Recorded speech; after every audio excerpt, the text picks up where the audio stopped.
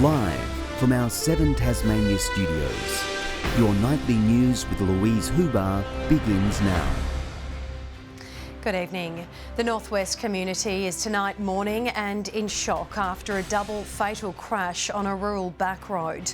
Authorities are still investigating the circumstances behind the tragedy that killed 2 men in their 20s. Josh Duggan has the details. 2 men have died after a single vehicle rollover on Seabrook Road near Somerset. Police were called here at 9:45 last night. They found a 2012 Toyota Land Cruiser in a gully off the road, just after a bend at the bottom of a steep hill. Mourners laid tributes for the 2 victims today. A 20-year-old male from Wynyard and a 27-year-old male from Somerset. One of the deceased was in the vehicle, another one was outside the vehicle when police located them. Investigations are continuing into how the crash occurred. Here we have forensic services and crash investigation, and we have also put a drone up over the area to get some aerial context. Police are calling for information from the public. If anyone has any dash cam footage of this 2012 white Toyota Land Cruiser travelling around the Somerset area at around that time last night, if they could please contact police. With the state's road toll climbing to 9 this year, police are urging drivers to take care while travelling over the long weekend. Meanwhile, an experienced mountain biker from Victoria has died after crashing at Medina. The 29-year-old descended a technical section of the mountain bike trails and crashed around lunchtime yesterday. Despite combined efforts of emergency personnel and members of the public, the man died from his injuries. Police say he was wearing appropriate safety gear at the time. Tasmania's daily COVID-19 case numbers are still reaching above the 1,000 mark. 1,130 new cases were recorded in the past 24 hours. 14 people are in hospital, down by 2 people since yesterday. 8 of those are being treated specifically for COVID-19 symptoms. 4 people remain in ICU. And the flow-on effects from the conflict are still reaching Tasmanian shores, with petrol prices continuing to skyrocket. Local businesses are now feeling the pinch, struggling to keep up with mounting costs.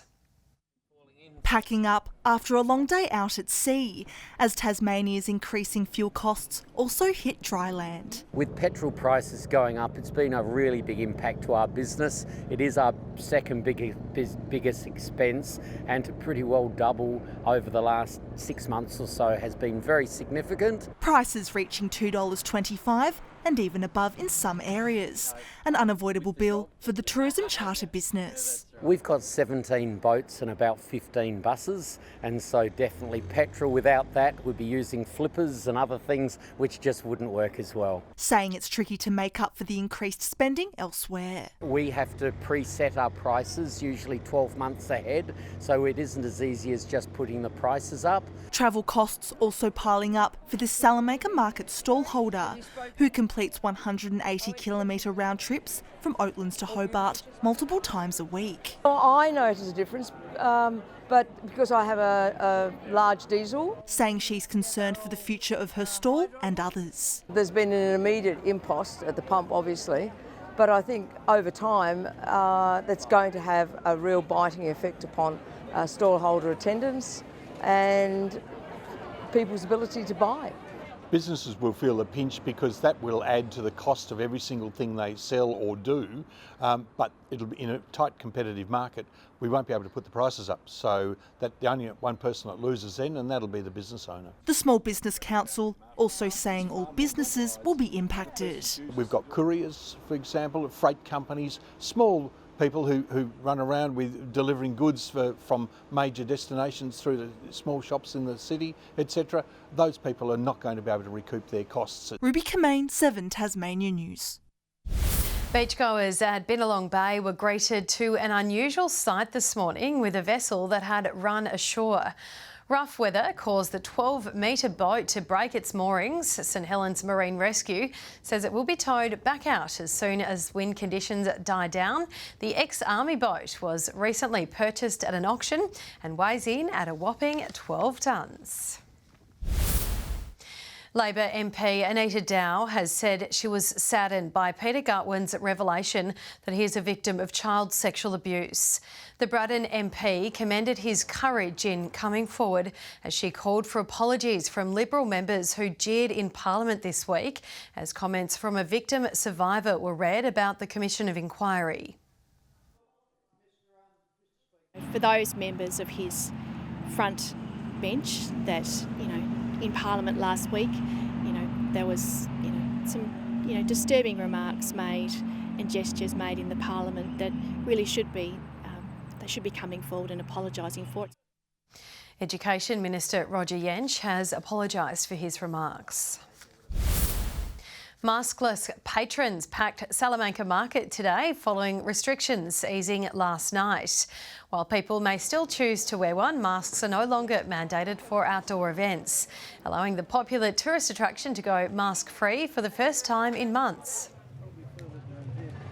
The Salamanca Market is a very sensory experience. There's a lot to smell and taste, so having to wear a mask was, restricting that somewhat.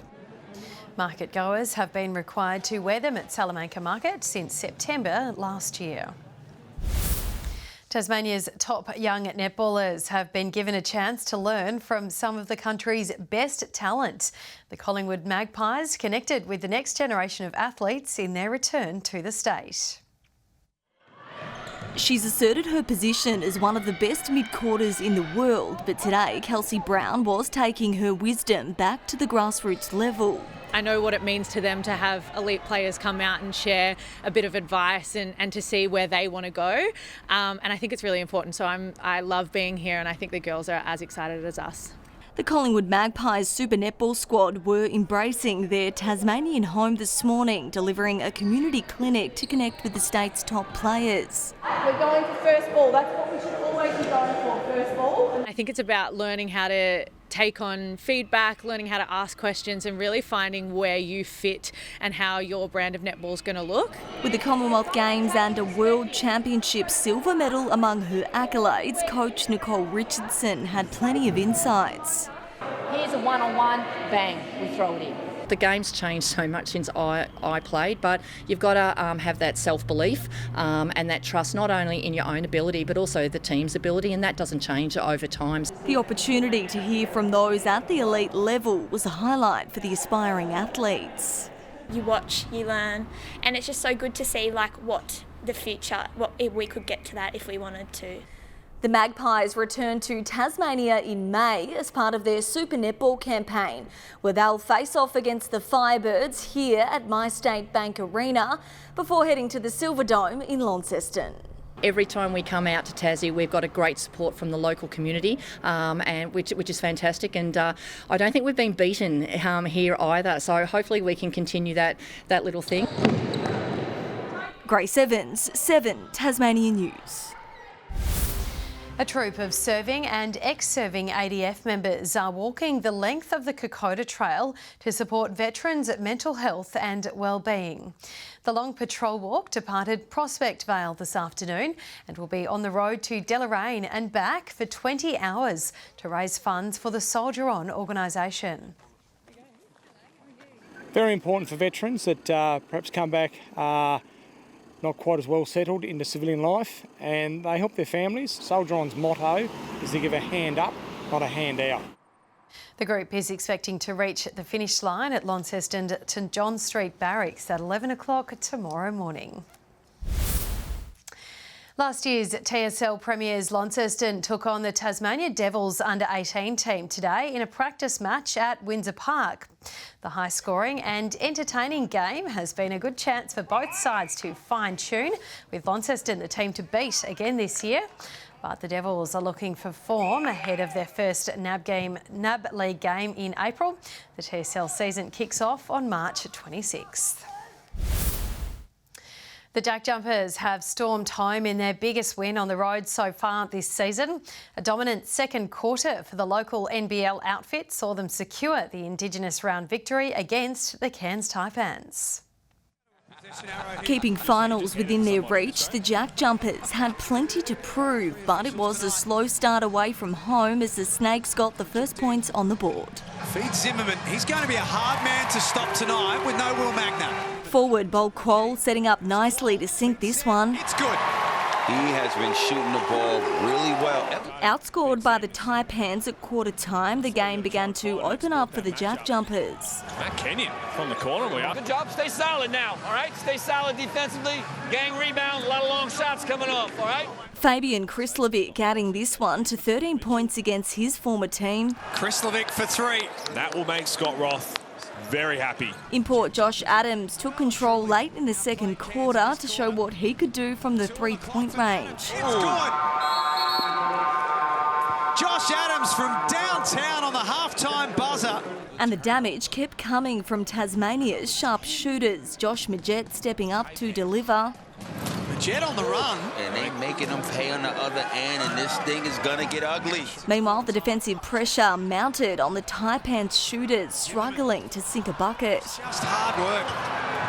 It's great scrambling and one-on-one defense. They continue to hold their own in crucial match moments. Back-to-back triples saw Adams enjoy a game high of 20 points. Beautiful take one-on-one and finish with the left. Burying the Taipans despite their best efforts to disrupt the Jack Jumpers' flow. Not want to be in that locker room when this one is over. At the final siren, there was plenty to celebrate. The victory is the Jack Jumpers' 7th from their last 10 outings. Grace Evans, 7 Tasmania News. Super Netball made its return to Tasmania last night as Collingwood suited up against the Sunshine Coast Lightning for a pre-season blockbuster practice match. Despite fighting back in the final quarter, the Magpies weren't able to get the job done at their home away from home. The away side taking the win 72-66. Good evening. 24 was the state's top in Launceston today.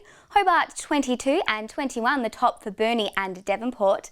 22 at Friendly Beaches, Flinders Island 21 and 17 at Lyowini. Taking a look at the satellite pictures now, a band of cloud is covering the southwest of the state with clouds scattered elsewhere.